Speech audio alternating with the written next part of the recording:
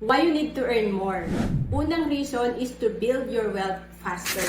Kagaya ng sa sample natin, kung nakakapag-save ka ng 3,000 per month, after 20 years, kung natuto ka mag-invest, meron kang 2.9 million. Pero, kung may additional kang 3,000 per month na kayang i-save dahil nag-part-time job ka or business, may extra income ka, kung 6,000 na ang nagagawa mong ma-invest, mas malaki. So, after 20 years, meron kang 5.88 million. Doble yung magiging fund mo kasi doble yung kaya mong ipunin. And then, pangalawang reason is to prepare for your upcoming responsibility. Kung isa lang ang anak mo ngayon, possible na maging dalawa, tatlo, so madadagdagan yung responsibility natin. Pansin mo ba, yung mga responsibility natin hindi bumababa lalo lang talaga nadadagdagan. Like, kahit na single ka, yung inflation, di ba?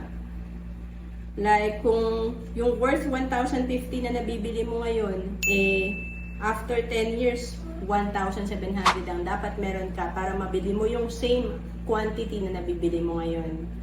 And of course, pangatlong reason bakit kailangan natin ng extra income is to create passive income.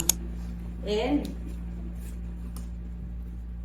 syempre, kagaya nito, kung nakakapag-save ka ng 1,000 per month, and magawa mo yun in 20 years, meron kang 1 million projected fund kung matuto ka mag-invest.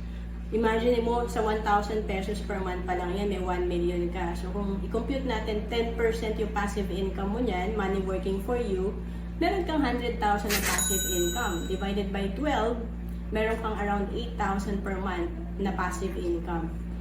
Tulong yan or additional sa pension na marireceive mo from the government. Paano pa pag mas malaki yung kaya mong ipunin at i-invest? Like, kung 6,000 per month in 10 years, meron kang 1.4 million. To know more about savings and investment, message mo lang ako sa Facebook, Rohan Celis Capistrano.